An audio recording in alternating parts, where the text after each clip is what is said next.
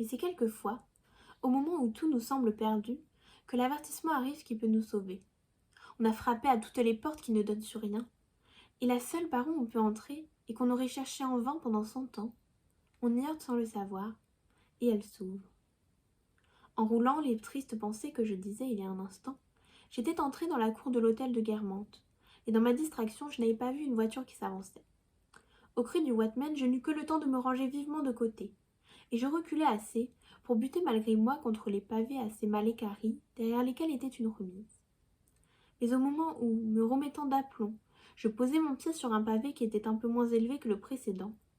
tout mon découragement s'évanouit devant la même félicité qu'à diverses époques de ma vie m'avait donné la vue d'arbres que j'avais cru reconnaître dans une promenade en voiture autour de Balbec, la vue des clochers de Martinville, la saveur d'une madeleine trempée dans une infusion, tant d'autres sensations dont j'ai parlé et que les dernières œuvres de Vinteuil m'avaient paru synthétiser. Comme au moment où je goûtais la madeleine, toute inquiétude sur l'avenir, tout doute intellectuel était dissipé. Ce qui m'assaillait tout à l'heure au sujet de la réalité de mes dons littéraires et même de la réalité de la littérature se trouvait levé, comme par enchantement. Sans que j'eusse fait aucun raisonnement nouveau, trouvé aucun argument décisif, les difficultés, insolubles tout à l'heure, avaient perdu toute importance. Mais cette fois, j'étais bien décidée à ne pas me résigner à ignorer pourquoi, comme je l'avais fait le jour où j'avais goûté d'une madeleine trempée dans une infusion. La félicité que je venais d'éprouver était bien en effet la même que celle que j'avais éprouvée en mangeant la madeleine, et dont j'avais alors ajourné de rechercher les causes profondes. La différence, purement matérielle, était dans les images évoquées. Un azur profond enivrait mes yeux, des impressions de fraîcheur, d'éblouissantes lumières tournoyaient près de moi, et, dans mon désir de les saisir, sans oser plus bouger que quand je goûtais la saveur de la madeleine en tâchant de faire parvenir jusqu'à moi ce qu'elle me rappelait, je restais, quitte à faire rire la foule innombrable des Watmen, à tituber, comme j'avais fait tout à l'heure, un pied sur le pavé plus élevé, l'autre pied sur le pavé plus bas. Chaque fois que je refaisais rien que matériellement ce même pas, il me restait inutile. Mais si je réussissais, oubliant la matinée guermante, à retrouver ce que j'avais senti en posant ainsi mes pieds, de nouveau la vision éblouissante et indistincte me frôlait, comme si elle m'avait dit « Saisis-moi au passage si tu en as la force, et tâche à résoudre l'énigme de bonheur que je te propose. » Et presque tout de suite je la reconnus. C'était Venise, dont mes efforts pour la décrire et les prétendus instantanés pris par ma mémoire ne m'avaient jamais rien dit, et que la sensation que j'avais ressentie jadis sur deux dalles inégales du baptistère de Saint-Marc m'avait rendue avec toutes les autres sensations jointes ce jour-là à cette sensation-là, et qui était restée dans l'attente, à leur rang, d'où un brusque hasard les avait impérieusement fait sortir, dans la série des jours oubliés.